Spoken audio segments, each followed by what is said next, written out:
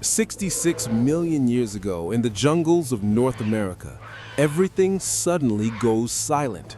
Birds stop, small animals freeze.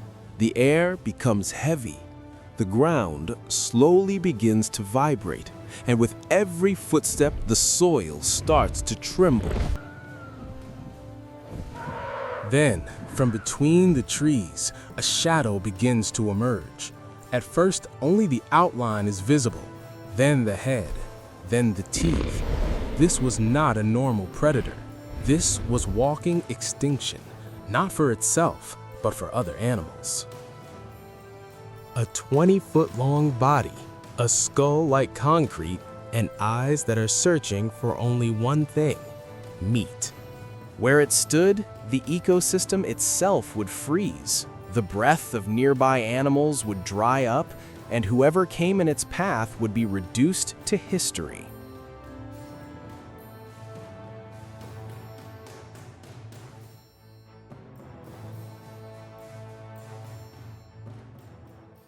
We've seen it in movies as a roaring monster, but the truth is, this animal was far more terrifying than anything shown in films.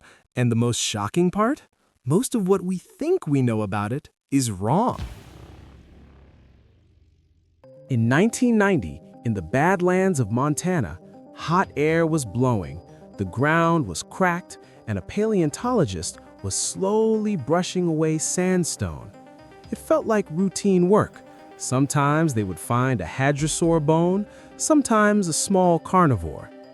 Then suddenly, the brush hit something solid, a large vertebra. The team casually said it looked like a large theropod, and everyone relaxed. But shortly after, more bones appeared, then more, and then even more, including some jaw bones, some teeth, and a few skull fragments. These bones did not look like those of an ordinary dinosaur. They looked like they belonged to an animal that was about to break the rules of evolution. This didn't seem like an average meat eater, because its teeth were nothing less than biological weapons. And now all those paleontologists were starting to realize that the creature buried in front of them was going to become one of the most misunderstood predators in history. Because this was not an ordinary dinosaur. This was the monster, the king, the power, Tyrannosaurus Rex.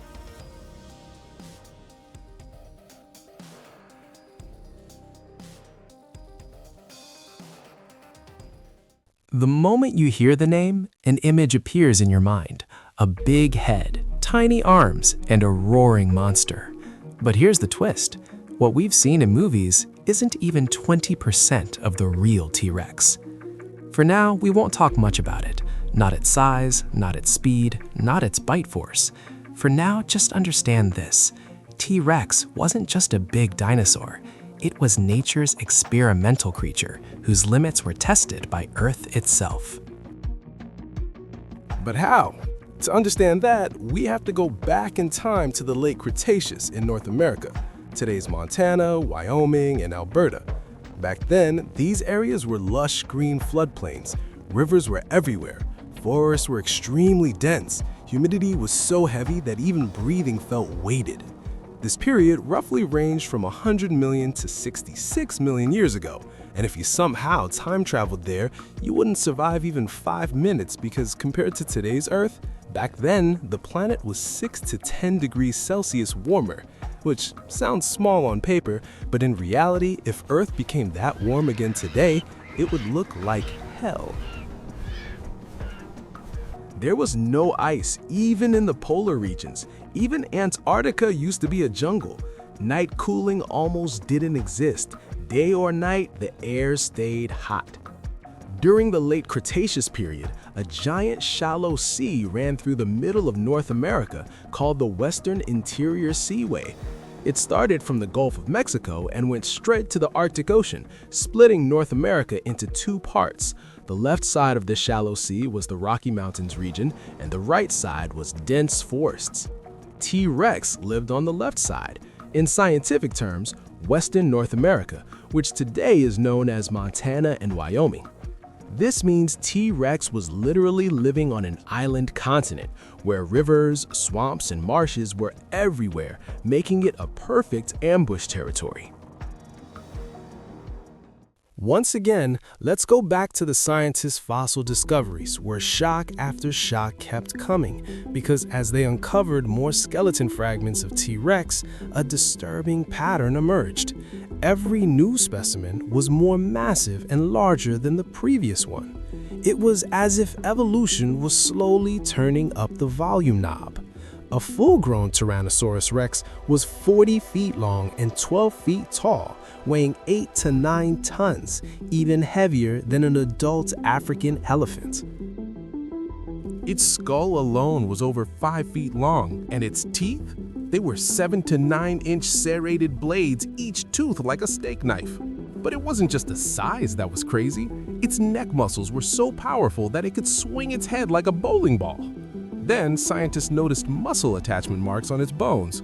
And as more fossils were found, scientists began to realize T-Rex was not just a big dinosaur. It was a perfectly optimized predator, the apex predator of the dinosaurs, above which evolution had made nothing.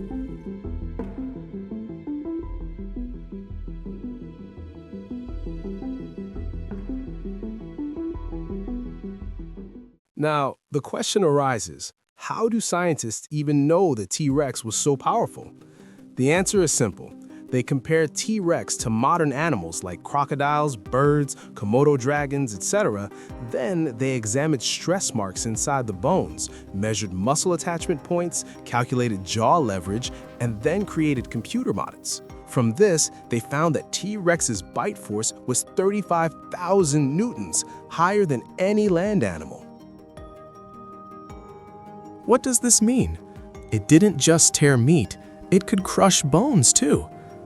But the real question is, how did T-Rex become so extreme? The answer is hidden in the place where it evolved. Larimedia was a narrow island where land was limited, animals were crowded, herbivores were growing armor, animals like Triceratops were growing bigger horns, and Chylosaurs had become living tanks. So predators like T-Rex had to upgrade too, resulting in a stronger bite, a bigger skull, and a heavier body. This was an evolutionary race that went on for millions of years, and T-Rex became the ultimate champion of this race.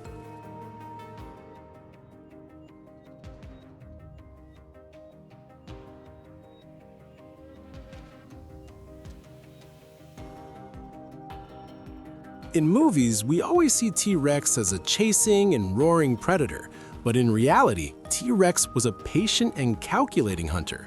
Its hunting sequence was totally different. It would silently glide through dense ferns and swamps, mud and water wouldn't even be disturbed, and the survival chance of smaller prey would drop to near zero. Because of its forward-facing eyes, T-Rex had binocular vision, which allowed it to easily judge distance and weakness, and when the target reached the perfect position, it would strike suddenly, and with its 35,000 Newton bite force, it could crush even the bones of its target. And after the attack, it would disappear as if nothing had ever been there. T-Rex moved in short sprint bursts, avoiding long runs, which helped conserve its energy.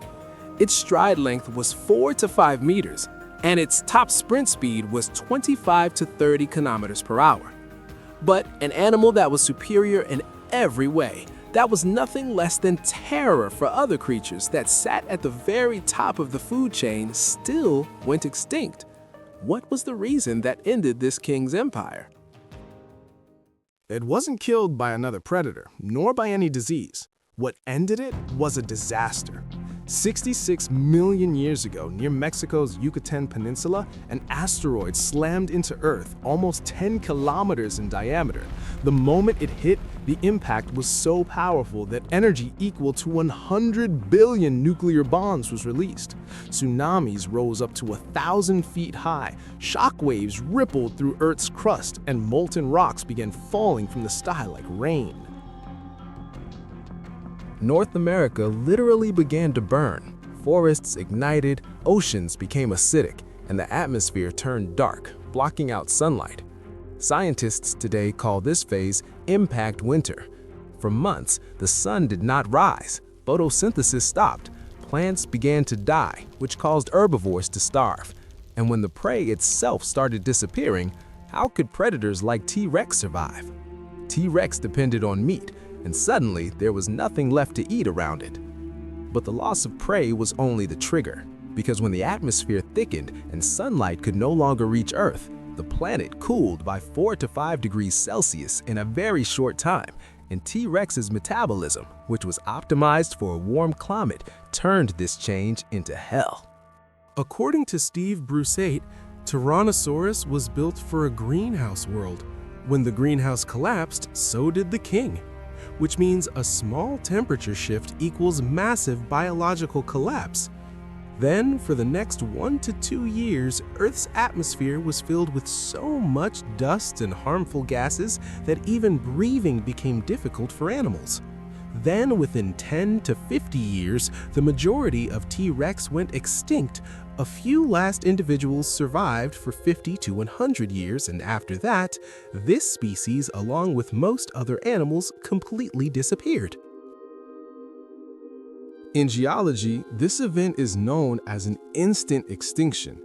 Even after this, Earth did not stop its cruelty, and for the next 100,000 years, the climate remained unstable, oceans stayed acidic, and the planet kept delivering aftershocks. But slowly, Earth began to stabilize, yet it was no longer as warm as before, meaning it could no longer support dinosaurs like T-Rex. And instead, Earth became a supporter of mammals, and mammals began to evolve. Which means the asteroid didn't just kill the dinosaurs, it stole their future and prevented them from ever evolving again.